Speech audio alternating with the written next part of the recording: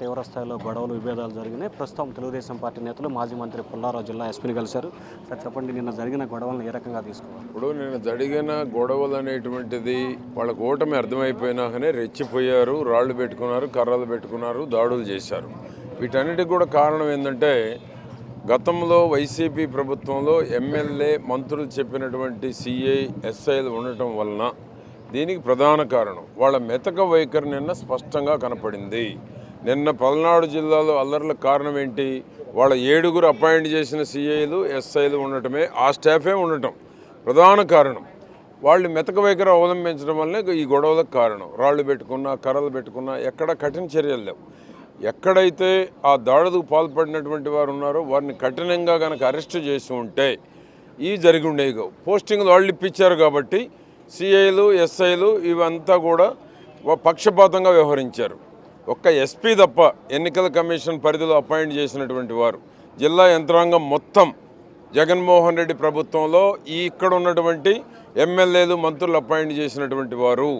ఈ దాడులు, ఈ అల్లర్లు, అరాచకాలకు కారణం జగన్మోహన్ రెడ్డి ప్రభుత్వంలో అపాయింట్ చేసిన ఆఫీసర్లు ఉండటమే ప్రధానమైనటువంటి కారణం. కాబట్టి వాళ్ళని ఇమీడియట్ వాళ్ళకి ఎస్పీ ఒక్కరు ఎన్నికల కమిషన్ తర్వాత వచ్చారు. కాబట్టి ఒక్క ఎస్పీ వల్లనే కాదు, కింద యంత్రాంగం కూడా పూర్తిగా ఎప్పుడైతే నిష్పక్షపాతంగా జరపాలని అనుకుంటారో అప్పుడు ఈ అరాచకాలు, అల్లర్లు, రాళ్ళు వేయటాలు, కర్రలు, బాంబులు ఇవన్నీ జరగవు. వాళ్ళ మెతక వైఖరే దీనికి ప్రధానమైనటువంటి కారణం. వాళ్ళు కూడా బ్లేమ్ చేస్తున్నారు. ఎందుకు బ్లేమ్ చేస్తున్నారు? తెలివిగా వాళ్ళు అపాయింట్ చేసిన వాళ్ళు కాబట్టి వాళ్ళు తెలుగుదేశం వాళ్ళ మీద బ్లేమ్ చేస్తూ ఉన్నారు తప్ప పూర్తిగా యంత్రాంగం మొత్తం సిఐ డిఎస్పీ దగ్గర నుంచి కింద మొత్తం వారి పరిధిలో అపాయింట్ చేసినటువంటి వాళ్ళు వారు ఉండటమే ఈ ఎన్నికలు నిష్పక్షపాతంగా జరగకపోవటం, తెలుగుదేశం వారిపై దాడులు జరగడానికి కారణం ప్రధానంగా వారి అపాయింట్మెంట్లో ఉన్నటువంటి ఆఫీసర్లు. కాబట్టి నిన్న ఈవీఎంలు కూడా స్లో నడిచినాయి. దీని వెనకేదో సంథింగ్ కుట్ర ఉందనేటువంటిది అనిపిస్తూ ఉంది, లేకపోతే ఎప్పుడూ లేదు. ఈవీఎంలు ఇంత నిదానంగా, ఇంత స్లోగా పనిచేయటం అనేటువంటిది ఓటింగ్ పర్సంటేజ్ తగ్గించాలనేటువంటి కుట్ర నిన్న స్పష్టంగా కనపడుతూ ఉంది. సార్, మంత్రి అంబటి రాంబాబు, సజ్జల, అనిల్ ఈ ముగ్గురు కూడా పోలీసు అధికారుల వైఫల్యం ఉంది. మేము అధికారంలో ఉన్నామో లేదో అర్థం కావట్లేదు, పోలీసుల తీరు వల్ల అన్నారు. దీన్ని ఏ రకంగా? వాళ్ళు అపాయింట్ చేసిన వాళ్ళే ఉంది. ఎన్నికల కమిషన్లో అపాయింట్ చేసిన వాళ్ళు ఎంతమంది ఉన్నారు? Very nominal. కాబట్టి ఇవన్నీ కూడా ఏంటంటే తప్పించుకునేటువంటి దాంట్లో భాగం. ఎడాపెడా కేసులు పెట్టొద్దని ఎస్పీ గారికి మేము రిప్రజెంట్ చేసాం. ఏది పడితే అది కేసులు బుక్ చేసి వాళ్ళే దాడులు చేసి వాళ్ళే కేసులు పెడితే వాళ్ళు అపాయింట్ చేసిన ఆఫీసర్లు ఉన్నారు కాబట్టి మీరు జాగ్రత్త తీసుకోవాలని చెప్పాం. తప్పకుండా మీకు ఏదున్నా నా నోటీసుకు తీసుకురమ్మని ఎస్పీ గారు హామీ ఇచ్చారు మా అందరికీ. తప్పకుండా ఏ పోలీస్ స్టేషన్లో ఎక్కడ బయాస్డ్గా చేసినా మేము కూడా ఎస్పీ గారి దృష్టికి తీసుకొస్తాం. సార్, ఏంటి సార్, పల్నాడు జిల్లా అధ్యక్షులుగా ఉన్నారు. సో ఇన్ని చోట్ల గొడవలు జరిగిన రీపోలింగ్ ఏమన్నా అడిగితే అవకాశం ఉందా? ఆల్రెడీ మేము రిక్వెస్ట్ చేసాం.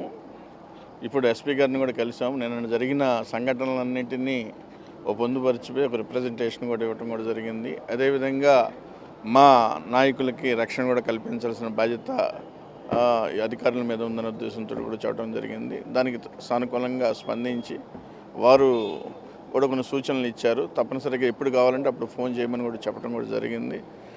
ఎవరైతే నిన్న ఇబ్బంది పెట్టారో, దౌర్జన్యాలు చేశారో వాళ్ళ మీద ఎట్టి పరిస్థితుల్లోనూ కేసులు బుక్ చేస్తాం, తగిన న్యాయం చేస్తాం అనేది కూడా చెప్పడం జరిగింది.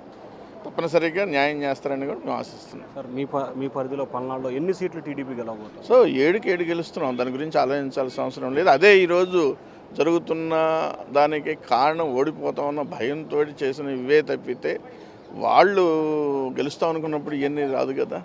ఈరోజు 7 సీట్లకి 7 సీట్లు అనేది మనం పల్నాడులో గెలుస్తున్నాం.